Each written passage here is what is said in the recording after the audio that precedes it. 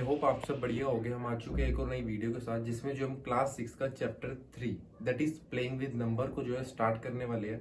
जिसमें जो है आज का जो पार्ट रहेगा उसमें हम इंट्रोडक्शन पार्ट करेंगे और आगे आगे जो हमारे एक्सरसाइज के क्वेश्चन शुरू हो जाएंगे। तो चलिए आज की वीडियो जो कि इंट्रोडक्शन पार्ट है हम स्टार्ट करते हैं। तो आइए स्टार्ट करते हैं introduction video of chapter playing with numbers. ठीक है, चैप्टर का कह रहा है प्लेइंग विद नंबर्स, यानी नंबर्स के साथ खेलना। इस चैप्टर में हम नंबर्स के साथ खेलेंगे, कैसे, क्या चीज, प्रॉपर एक एक चीज जो हम समझने वाले हैं।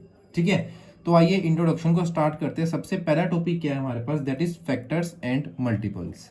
ठीक है, कि फैक्टर्स क्या होते हैं एक नंबर के और मल्टीपल्स क्या होते हैं। अब आप बोलोगे सर ये क्या है फैक्टर्स एंड मल्टीपल्स, अभी देखते हैं क्या है और एक एक चीज आपको समझाता हूँ। ठीक है, लाइक मैं आपको कहता हूँ 6 है। ठीक है, अगर मैं आपको बोलूँ भाई 6 बताओ किस किस के टेबल में आता है, अब बोलोगे सर एक तो 6 खुद के टेबल में आता है, बिल्कुल सही है सर। 6 ना 2 3 6 होता है, अच्छा मीन्स 2 3 6 होता है।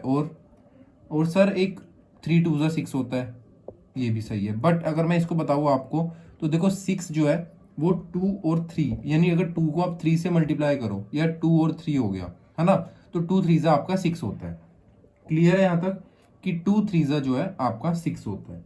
अब 6 को क्या बोलेंगे हम, ठीक है, 6 जो है अब यहाँ पर क्या है, इसके मल्टीपल है 2 और 3। इसको आप ऐसा करो एंड समझ लो। ठीक है, 2 एंड 3 मतलब कि 2 के टेबल में 6 आता है और 3 के टेबल में 6 आता है। 3 2 एंड 2 3। यहाँ तक क्लियर है।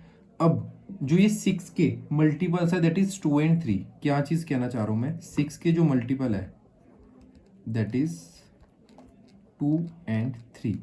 कहने का मतलब ये है कि जो 2 और 3 है वो 6 के मल्टीपल्स है। क्लियर हो गया। मल्टीपल किसे कहते हैं कि जो 6 के हैं यहाँ पर 2 और 3। ओके यहाँ तक। अब नेक्स्ट चीज क्या है कि जो ये 2 एंड 3 है, ठीक है, ये है फैक्टर्स ऑफ 6। इसको हम क्या बोलेंगे कि ये फैक्टर्स है 6 के। 2 एंड 3 फैक्टर्स है, क्लियर है यहाँ तक। और जो ये है ये हमारा मल्टीपल है 6। क्लियर हो गया फैक्टर और मल्टीपल का, बिल्कुल। अब नेक्स्ट चीज आती है कि सर आपने भी बताया कि 6 के टेबल में आता है और 1 है ना। अब क्या चीज है मैं आपको बताता हूँ। देखो जो 6 है आपको पता है 1 के टेबल में जो है हर चीजें आती है, लाइक 1 5 ज़ा 5, 1 6 ज़ा 6। अब 6 के अगर मैं आपको वो बताऊँ फैक्टर्स है ना, तो 6 के टेबल में क्या क्या आता है, एक तो 1 के टेबल में 6 आता है। सेकेंड चीज यहाँ पर मैं बोलूँ तो 2 के टेबल में आता है ना। थर्ड चीज अगर मैं आपको बोलूँ 3 के टेबल में भी आता है। क्लियर है यहाँ तक। 1 के टेबल में भी आता है, 2 के टेबल में भी आता है, 3 के टेबल में भी आता है। अब मैं कुछ आपको पॉइंट्स लिखवा रहा हूँ जो कि इंपॉर्टेंट है, एक एक करके समझाऊंगा अभी। ठीक है, सबसे पहला पॉइंट क्या है कि जो 1 है ना वो फैक्टर है एवरी नंबर का। ठीक है, 1 is a factor of every number. 1 is a factor of every number. वो क्यों, बिकॉज देखो कोई भी नंबर होगा उसको अगर हम 1 से मल्टीप्लाई करेंगे यानी 1 के टेबल में तो है वो आने ही वाला है। क्लियर है यहाँ तक कि अब देखो मैं अगर 52 बोलूँ तो 1 इंटू 52 इज 52, यानी 1 के टेबल में वो आ रहा है। यानी कि जो 1 है वो फैक्टर होता है हर एक नंबर का। क्लियर है यहाँ तक, 1 फैक्टर होता है हर एक नंबर का। पहला पॉइंट क्लियर। ठीक है, सेकेंड चीज क्या आती है, number itself is a factor. Number itself is a factor. Sir मतलब ये जैसे मैंने यहाँ पर 6 का एग्जांपल लिया, 6 1 ज़ा 6, यानी 6 जो है वो खुद भी अपने नंबर का फैक्टर है।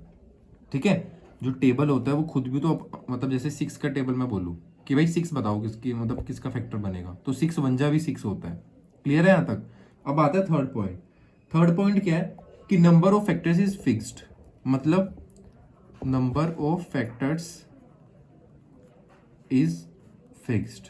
देखो फैक्टर का मतलब क्या होता है, पहली चीज तो कि सर वो ना जो नंबर है वो उनके टेबल में आता हो।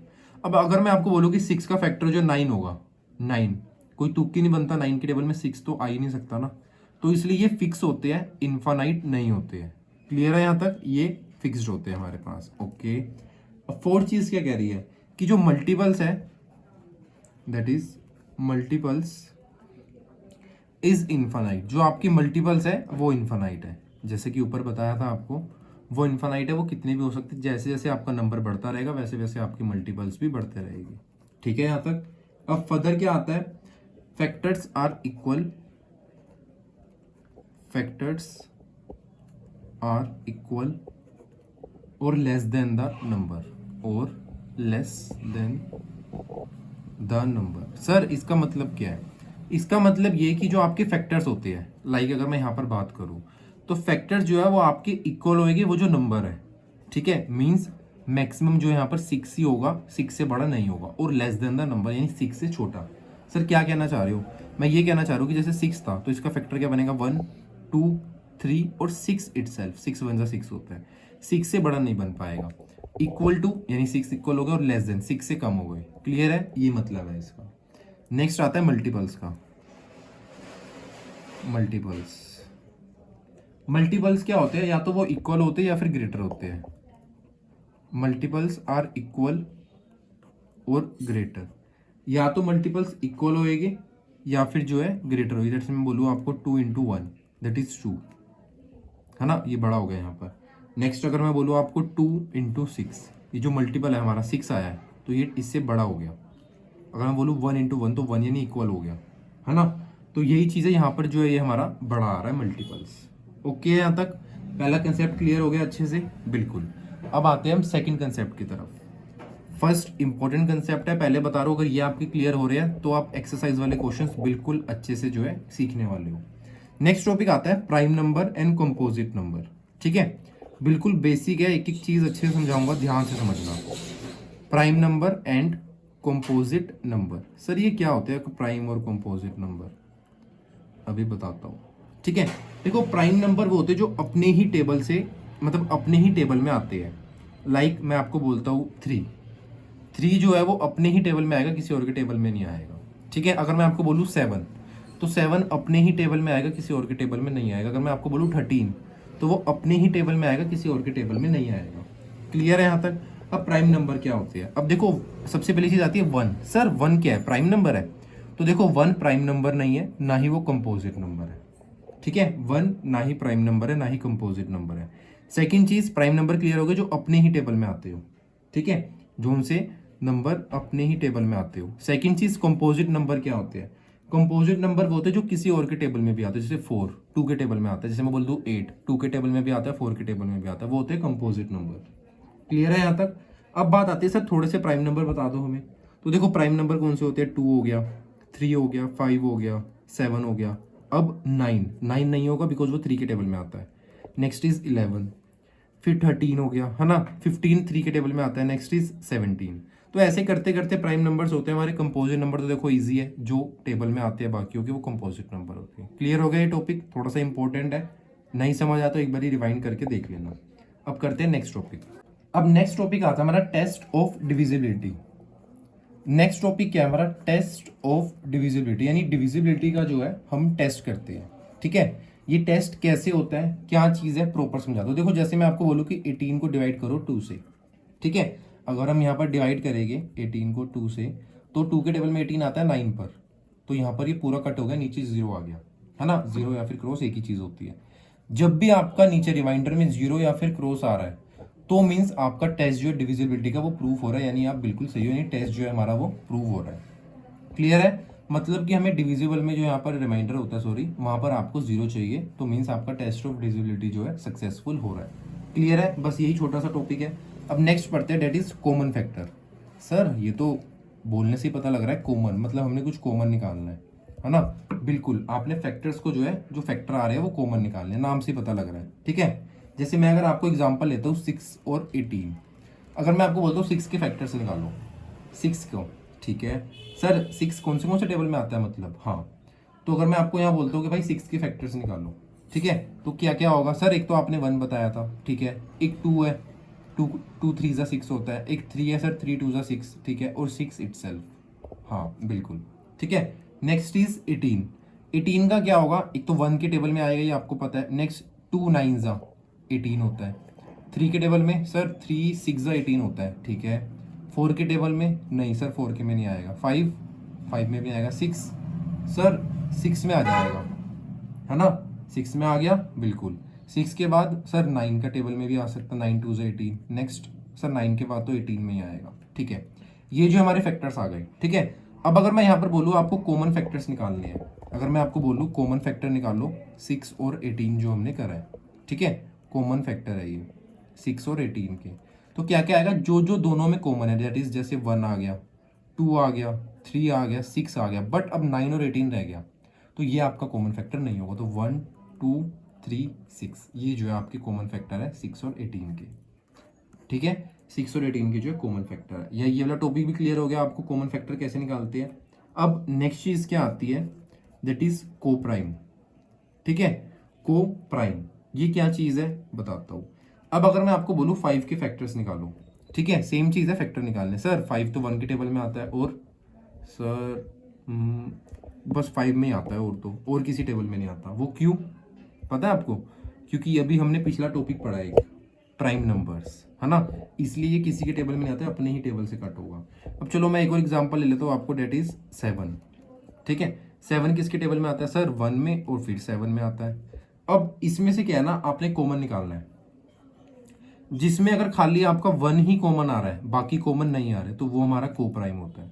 ठीक है, इसमें देखो 1 ही कॉमन है और कोई नहीं है, तो जिसमें भी आपका 1 ही कॉमन हो और कुछ कॉमन ना आ रहा हो, तो वो हमारे होते हैं को प्राइम नंबर्स। क्लियर हो गया? को प्राइम कैसे निकालते हैं, थोड़ा सा इंपॉर्टेंट टॉपिक तो नहीं बोलूंगा, बट ये थोड़ा भूलने वाला टॉपिक है, आप भूल जाओगे, तो इसको यहाँ पर इंपॉर्टेंट मार्क कर लेना, बिकॉज ये अगर पेपर में क्वेश्चन आ जाता है, होता कुछ नहीं है, बट मतलब स्टूडेंट जो होते हैं वो भूल जाते हैं, तो जिसकी वजह से वो नहीं अटेम्प्ट कर पाते। ठीक है, को प्राइम के बाद नेक्स्ट टॉपिक जो हमारा वो करते हैं हम कॉमन मल्टीपल्स। सर ये कॉमन मल्टीपल्स क्या होते हैं? अब देखो कुछ ना कुछ मल्टीपल्स होगा, वो हमने जो है कॉमन लेने हैं, है ना। अब नेक्स्ट चीज, ओके सर कौन से किसके मल्टीपल्स निकालने हैं? चलो मैं एग्जांपल ले लेता हूँ, एक 4 और एक 6 ले लेते हैं। ठीक है, 4 के मल्टीपल्स निकालो। सर ये मतलब क्या होता है मल्टीपल? मल्टीपल मीन्स जो 4 के टेबल में आते हो। चलो 4 8 4 2 8, फिर 12 आ गया, 16 20, 4 6 24, है ना, ऐसे ही करते रहो, 28 32 36, ज़्यादा नहीं, बस अप्रोक्स मतलब एग्जांपल ले रहा हूँ मैं, इसलिए बस इतना कर लेते हैं। 6 के टेबल में 6 1 जा 6, 6 2 12, 18 24 30 36 42 अप टू 7, है ना। अब नेक्स्ट चीज़ क्या आती है, आपको ना मल्टीपल्स आपने निकाल लिए, अब आपको कॉमन निकालना है जो 4 और 6 के टेबल में दोनों में आते हो। ठीक है, अब कैसे होगा? 4 6 नहीं है, 8 भी नहीं है, 12 सर ये आ गया, देखो 12 बिल्कुल 12 आ गया आपका एक, है ना। और इसके अलावा 16 18 20, सर ये देखो 24 24 आ गया, बिल्कुल 24 24, और आ रहा है कोई 28 32 36, सर देखो 36 36 दो आ गए सर, बस और नहीं निकालना। देखो और नंबर मतलब नंबर बहुत सारे होते हैं, इन्फानाइट तक टेबल होते हैं, आपको पता है ना, और भी बहुत सारे कॉमन निकल जाएंगे। जस्ट एग्जांपल के लिए कहा है मैंने, जितने इसमें से कॉमन आते हैं वो हमने निकाल लिए, क्योंकि आपको पता है टेबल्स बहुत सारे होते हैं, मल्टीपल्स बहुत सारे होते हैं, हमने पढ़े थे पीछे, इन्फानाइट नंबर ऑफ मल्टीपल्स होते हैं, फैक्टर्स जो है वो लिमिटेड होते हैं, है ना। तो वही चीज़ है, मल्टीपल्स आपके आ गए यहाँ पर, है ना। अभी फिलहाल के लिए 3 जो है हमारे कॉमन आए हैं मल्टीपल्स, आने को और भी आ सकते थे, बट जस्ट ऑन एग्जांपल आपको कंसेप्ट क्लियर होना चाहिए। ठीक है, अब करते हैं नेक्स्ट कंसेप्ट। अब नेक्स्ट टॉपिक है हमारे पास प्राइम फैक्टराइजेशन। सर ये प्राइम फैक्टराइजेशन क्या होती है? देखो मैं समझाता हूँ आपको। प्राइम फैक्टराइजेशन क्या होता है ना, आपका यहाँ पर आपके पास कुछ मैं नंबर दूंगा आपको भी, लाइक अगर मैंने आपको कह दिया कि भाई 10 के, चलो 20 ले लेते हैं। ठीक है, 20 के जो है पेयर बनाओ, पेयर इन द सेंस कि 20 कैसे, मतलब हमने खत्म करना है इसको, खत्म इन द सेंस पेयर बनेगी इसकी अभी। ठीक है, कैसे? पहले मेरे को बताओ 20 किसके, अगर हम डिवाइड करें इसको तो किसके टेबल से जो इजीली कट रहा है? सर 2 के टेबल से कटेगा ये। चलो 2 किससे कटेगा? 10 से, है ना। 2 10 20, अब क्या हुआ यहाँ पर 2 आ गया, क्लियर है यहाँ तक। अब इसके बाद 2 तो कोई और नहीं कट सकता, है ना। अब 10 किसके टेबल में आता है? 2, सर 2 5 कर दो, 2 5, है ना, 2 5 10। ये क्या? Prime factorisation by tree method कहते हैं इसको। अब चलो ये तो हो गया, थोड़ा छोटा नंबर था। अब इसी में अगर आपको बड़ा नंबर दूं, डेट इज 80। ठीक है, कि भाई 80 का जो है प्राइम फैक्टराइजेशन करो। चलो ठीक है सर, 8 10 ना 80 होता है, हम ना इजी वाला लेंगे जो कि आगे फैक्टर्स बनाने इजी रहे। 8 10, है ना। अब 8 के पेयर बनाने आते हैं आपको, सर 4 2 8 4 2। अब इसमें आगे सर 4 के टेबल में 4 2 2 होता है, बिल्कुल लास्ट हमारा 2 होना चाहिए, या ऐसा नंबर हो जो प्राइम नंबर हो। ठीक है, क्योंकि वो नहीं कटेगा आगे। यहाँ 10 आ गया, 10 क्या होता है? 2 5, आगे कटिंग पॉसिबल नहीं सर, बस यही होता है ना। तो ऐसे करके जो है हमारा प्राइम फैक्टराइजेशन हो जाता है। अब फॉर एग्जांपल आपके पास कोई बड़ा नंबर आ गया, बड़ा नंबर जैसे कि मैं आपको कह दूं 980। ठीक है, अब 980 अगर आप ऐसे करने बैठोगे तो थोड़ा आपका मतलब दिक्कत आ सकती है सोल्व करते हुए, बिकॉज न्यू कंसेप्ट है और आपको ऐसे मतलब फैक्टर्स बनाने में थोड़ा इशू आ सकता है। तो उसके लिए क्या होता है हमारे पास, ऐसे बनाकर आपको करना होता है, सबसे पहले सबसे छोटे नंबर से कट करो। लास्ट में जब भी जीरो या कुछ मतलब इवन नंबर होता है तो वो 2 से कट हो जाता है, ठीक है। तो इसको 2 से कट करो। 2 के टेबल में 9 सर, 8 आता है 4 पर, ठीक है। 1 कैरी हो गया इधर, 8 9 पे कट हो गया, 0 का एज इट इज, फिर 2 पे कट हो जाएगा बिकॉज 0 है। 2 के टेबल में 4 सर, 2 पर आता है, 9 तो नहीं आता, 8 आता है 4 पर, 1 5 2 4 5 जो आपका आ गया। अब सर 2 4 5 सर 3 के टेबल से नहीं कटेगा, 5 के टेबल से कटेगा। 5 के टेबल से कट हुआ तो 24 तो नहीं आता, 20 आता है, कितने पर, 4 पर, 45 9। अब इसके बाद सर ये कटेगा 7 के टेबल से, 7 7 ज़ा 49, फिर 7 से कट हुआ, इधर आ गया 1, ठीक है। अब यहाँ पर एक चीज़ दिख रही है आपको, जितने भी नंबर्स हैं ना प्राइम नंबर है, तो ये चीज़ होती है प्राइम फैक्टराइजेशन में। क्लियर हुआ ये ट्री मेथड के हिसाब से, और ये ऐसे बनाकर मैंने आपको सिखाया। अब प्राइम फैक्टराइजेशन के बाद एक नेक्स्ट टॉपिक आता है हमारा HCF। HCF का मतलब होता है हाईएस्ट कॉमन फैक्टर, ठीक है। HCF का मतलब क्या होता है, हाईएस्ट कॉमन फैक्टर, यानी जो सबसे बड़ा होता है उसका फैक्टर। कैसे निकलेगा अभी बताता हूँ। हाईएस्ट कॉमन फैक्टर, यहाँ तक क्लियर है। अब चलो मैं आपको एग्जांपल दे दूँ, अगर 18 24 और 30 हमारे पास ये 3 टर्म जो है गिवन है। सबसे पहले इसका आपने ऐसे ही निकालना है जैसे सिखाया था ऊपर अभी, तीनों का अलग अलग, ठीक है। तीनों का अलग अलग करना होता है, उसमें ये चीज़ याद रखना, highest common factor means HCF में तीनों का के लिए निकालना है। 18 का, 18 किसके टेबल में आता है सर, 2 के टेबल में आता है 9 पर, ठीक है। 9 किसके टेबल में आता है, 3 के, 3 3 ज़ा 9, फिर 3 से कट हुआ 1, ये क्लियर हो गया बिल्कुल। नेक्स्ट चीज 24 कितने से कट होगा, 2 से, कितना 12 पे, फिर 2 से कट होगा, 2 के टेबल में 12 आता है 6 पर, सर फिर 2 से कट हो गया 3 से कट हुआ 1, क्लियर है। नेक्स्ट इज 30 किससे कट होगा, 2 से, कितने पे, 15 पे, 15 किसके टेबल में आता है, 3 के टेबल में। अब कितना आएगा, 3 के टेबल में 15 5 पर आता है, फिर 5 से कट हो गया, दैट इज 1। क्लियर है यहाँ तक।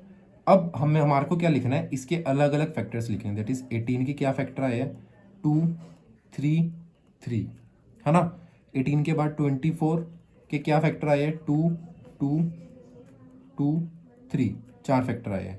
नेक्स्ट इज 30 के कितने फैक्टर आए हैं, 2 3 और 5, 3 फैक्टर आए हैं। अब जब भी हमारे को HCF निकालना होता है, हाईएस्ट कॉमन फैक्टर, तो हमारे को क्या करना होता है, इनमें से जो जो कॉमन आ रहे हैं वो जो हमारा HCF होगा। कैसे, अब देखो 2 2 2 तीनों में है तो 2 लिख लो। नेक्स्ट इज 3 आ रहा है, इधर 3, इधर भी आ गया, इधर भी आ गया, तो 3 आ गया। अब देखो एक और 3 है बट इनमें किसी में कॉमन नहीं है, इधर 5 है, 5 ऊपर किसी में नहीं है, तो 2 और 3 हो गया, है ना। 2 इंटू 3 क्या होता है हमारा 6, तो हाईएस्ट कॉमन फैक्टर क्या है हमारा 6 हो गया।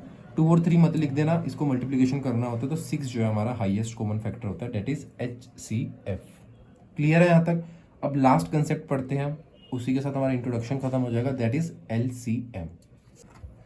अब देखो लास्ट टॉपिक क्या है हमारा, दैट इज LCM। LCM का मतलब क्या होता है, लीस्ट कॉमन फैक्टर। अभी अभी हमने हाईएस्ट पढ़ा है, लीस्ट भी देख लेते हैं, ठीक है।